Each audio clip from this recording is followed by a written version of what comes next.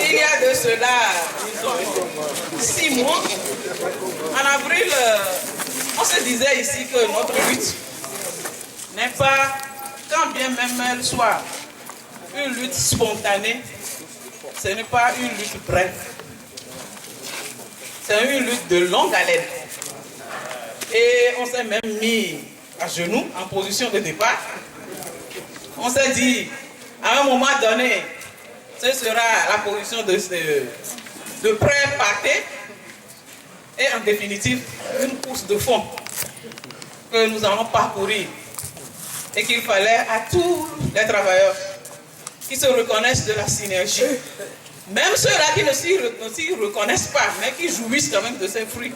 Il faut que... On applaudit très fort. Il faut que chacun de nous se mette en tête que ce n'est pas très brèvement que nous allons aboutir. Mais ce qui est sûr et certain et signé au ciel comme sur la terre, nous allons aboutir.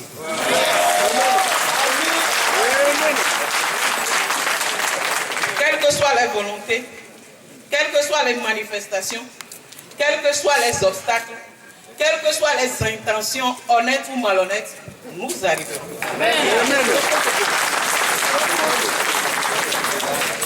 C'est ce que nous nous sommes dit et on a continué la marche.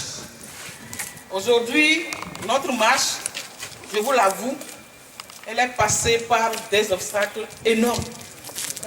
Elle est passée, c'est un chemin de motocross.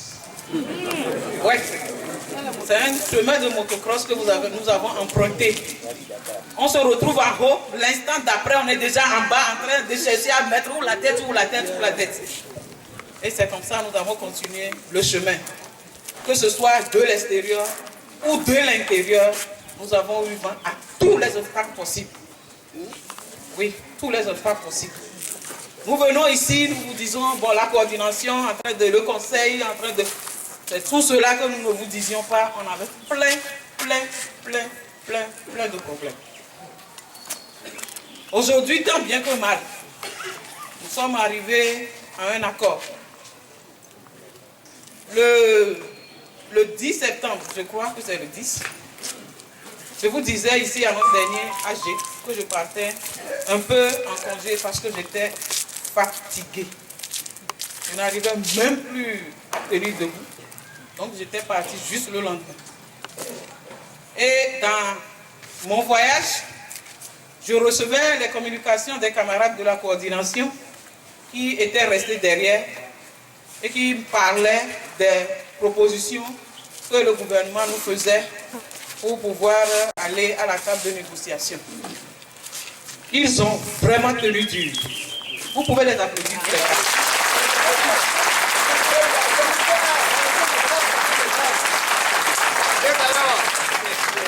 Vous pouvez les applaudir parce qu'ils ont montré que aux âmes bien nées, par le nombre des années. C'était ce qu'ils ont fait. Qu'est-ce qui vous fait rire de On sent bien né.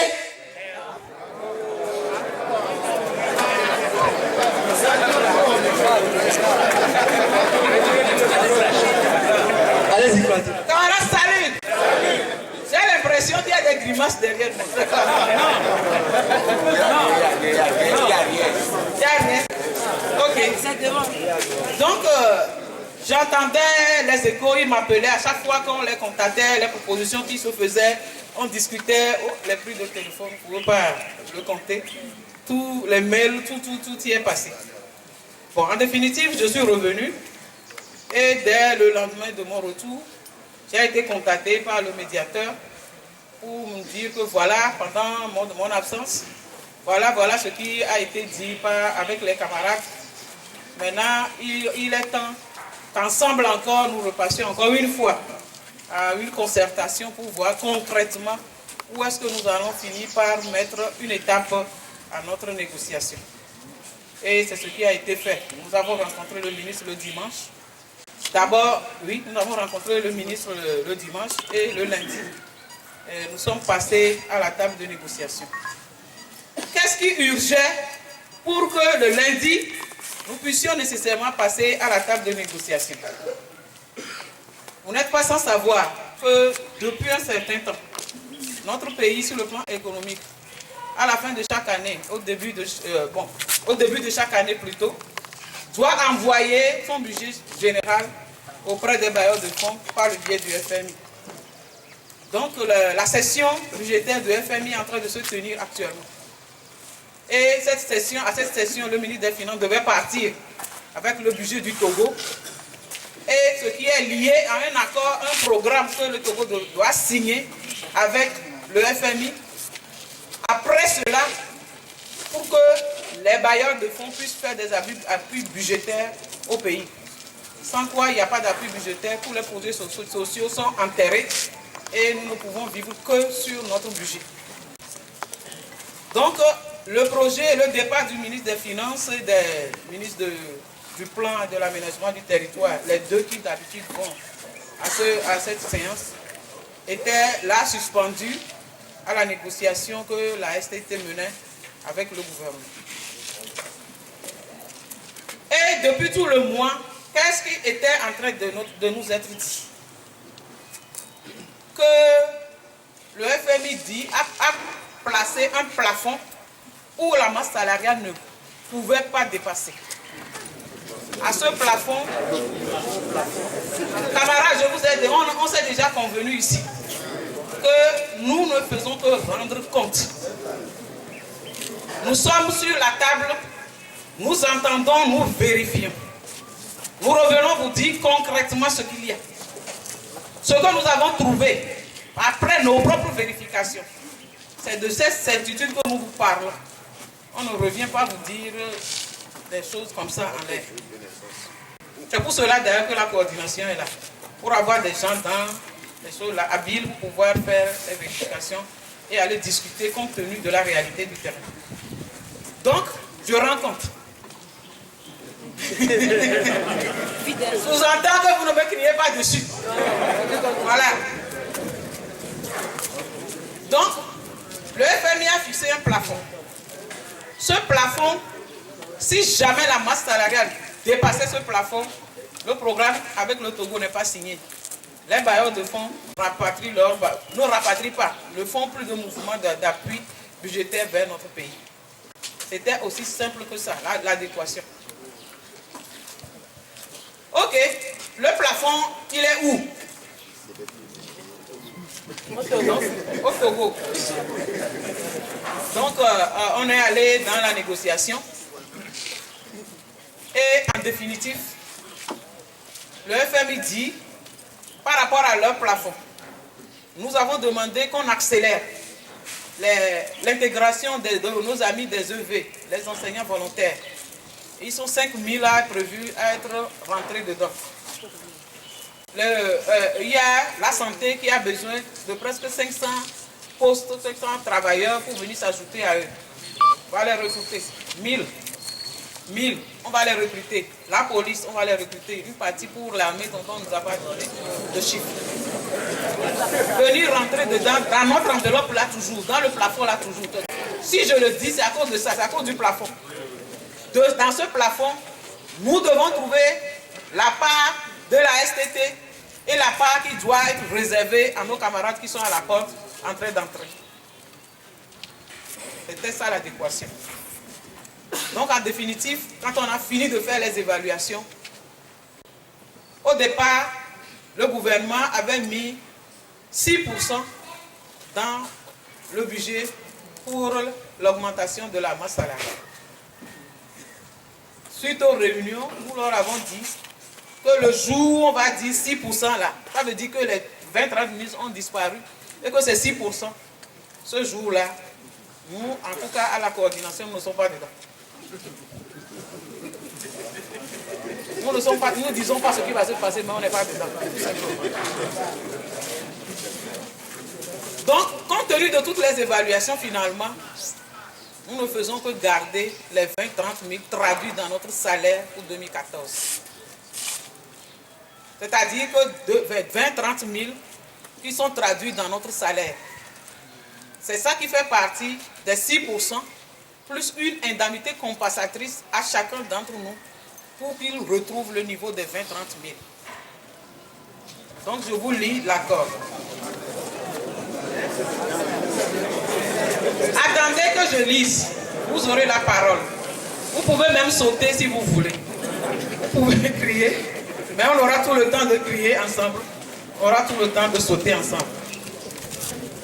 Les discussions entre la synergie des travailleurs du Togo STT et la partie gouvernementale se sont poursuivies ce 7 octobre 2013 afin de parvenir à un accord sur les 2 premiers points de la plateforme revendicative. À la suite des discussions et en attendant d'adopter une grille indiciaire consensuelle, il est retenu l'application de la grille actuelle déplafonnée avec une valeur indiciaire majorée de 6% à laquelle un complément sera servi afin que tous les agents de l'État puissent conserver le niveau de rémunération actuel avec le forfait des 20 et 30 000 francs CFA en net. Par ailleurs, les parties ont convenu de la reprise des discussions pour parvenir à l'adoption officielle d'une nouvelle grille indiciaire au cours du premier semestre 2014. En marge des discussions portant sur la plateforme revendicative de la STT, la partie gouvernementale a porté à la connaissance de la STT que des contacts sont pris avec la famille du jeune Douti Sinaleng et qu'une délégation officielle se rendra sur place en vue d'un dénouement définitif de cette malheureuse situation. Il est également décidé par les parties la mise en place d'un comité de suivi de ces accords qui sera composé de un représentant du ministère de l'économie et des finances, un représentant du ministère de l'enseignement supérieur et de la recherche, un représentant du ministère de la fonction publique, un représentant du ministère du travail, de l'emploi et de la sécurité sociale, un représentant du patronat, 2 représentants de la synergie des travailleurs du Togo, fait à Lomé le 7 octobre. Je voudrais revenir sur le côté d'outils. Le dimanche, quand nous discutions, nous avons dit au ministre, la synergie ne signera aucun accord qui ne trouverait pas de solution à notre ami, à notre enfant, à notre jeune qui est toujours à la mort. Qui est toujours à la mort. C'est en ça que le ministre a dit que le jour même, il irait rencontrer le chef de l'État pour qu'ensemble, ils trouvent une solution, pour qu'une délégation puisse se déplacer vers les parents, pour qu'ensemble, les parents et eux, ils trouvent une solution pour l'enfant. Ce que nous avons reporté dedans.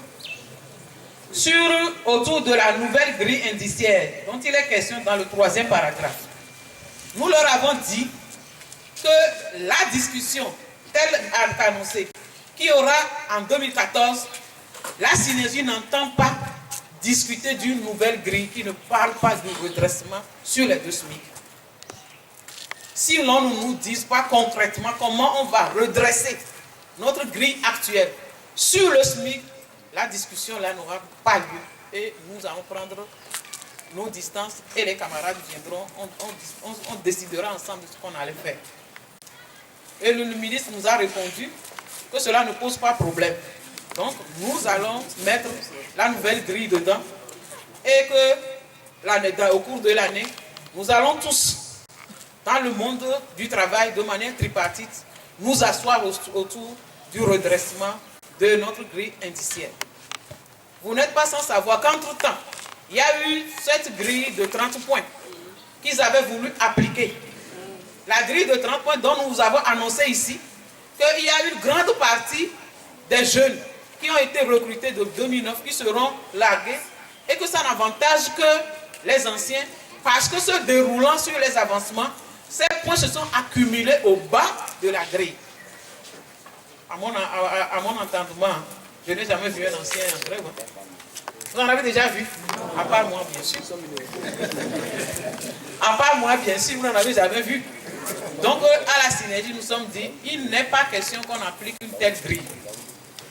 Parce qu'on ne va pas vouloir régler un problème pour créer un autre cas d'injustice. C'est ainsi que cette grille-là a été abandonnée. Et maintenant, nous sommes dans l'ouverture de réétudier une nouvelle grille en 2014. Voilà pour la grille indiciaire. Donc, au cours du premier semestre 2014, nous retournons à la table de négociation pour discuter des restes des points suspendus sur notre plateforme de revendication. Ce qui s'entend que la négociation n'est pas terminée. Les acquis ne sont pas terminés. Nous sommes juste arrivés à une étape. Et l'année prochaine, nous continuons dans la lancée de notre revendication pour obtenir les points que nous y avons inscrits le 4 février 2013. Voilà, camarades, les dessus et les dessous de l'accord que nous avons signé le 7 octobre. Je sais qu'aucun de vous n'est content. Pour la simple et unique raison que Nadou même n'est pas contente. Aucun des camarades de la table n'est content. Aucun du conseil n'est content. Mais nous sommes devant une situation où il faut nécessairement passer par ce Rubicon pour arriver sur le point d'arrivée de notre lutte. C'est la raison pour laquelle nous avons signé cet accord. Je vous laisse la parole et que vous nous disiez dans quel sens vous pensez qu'une mobilisation doit être faite pour pouvoir continuer cette lutte, puisque nous l'avons déjà déclaré une lutte de longue haleine. Aujourd'hui, vous avez dû comprendre qu'on n'a pas plus que le gouvernement devant nous. On a quelqu'un d'autre qui semble avoir encore plus de poids que le vis-à-vis que nous avions identifié. C'est pour cela que je vous invite, je ne peux pas les nommer ici, pour qu'on dise que nous les avons jetés aux hégémonies. Mais vous avez compris qu'on a un autre vis-à-vis qu'il faille affronter. Mais quelle que soit la taille du vis-à-vis et de l'obstacle, nous irons au bout. Voilà ce que j'ai à vous livrer comme compte rendu. Je vous remercie.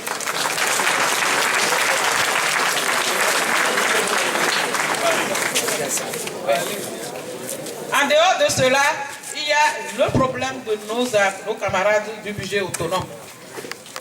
Nous avons reposé le problème au ministre parce que dans notre dernier accord, il a été dit clairement, ce n'est pas un sous-entendu, que les budgets autonomes, au moins de la santé, vont commencer à être payés. Au jour d'aujourd'hui, nous apprenons que nos camarades n'ont pas été payés du tout et qu'on demande au budget eux-mêmes de trouver les fonds pour commencer à les payer. C'est ce qui a été dit. la coordination continue la discussion sur le sujet. Le ministre nous a dit que le gouvernement va prendre des mesures pour aller régler le problème des budgets autonomes. Mais ça ne veut pas dire que nous faisons totalement confiance à cette phrase et que nous baissons les bras. Nous allons poursuivre jusqu'à trouver la solution. Pour les retraités, eux, ils ont perçu les 2 mois sur les 2,5 milliards qui ont été débloqués. Ils ont perçu les 2 mois. À la fin à l'année prochaine, ils auront encore 2 mois. Les 6% qui nous sont réservés ici vont revaloriser aussi leur pension pour 2014.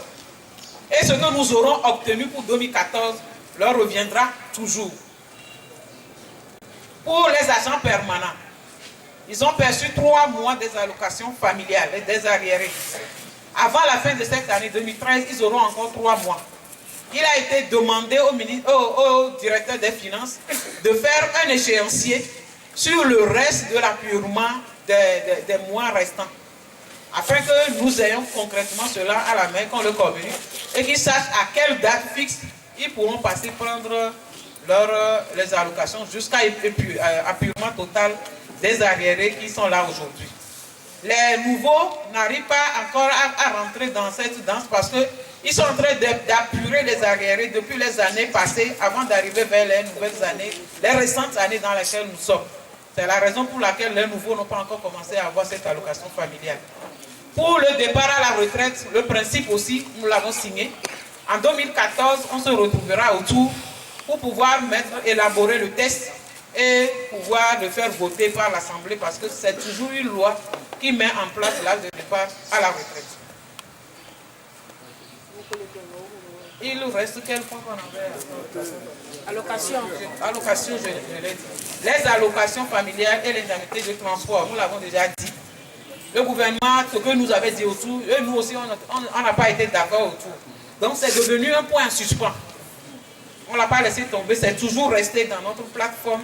Et c'est tout ça que nous avons appelé point en suspens en 2014. Voilà, je crois que je viens de faire le tour de notre plateforme. Je vous remercie.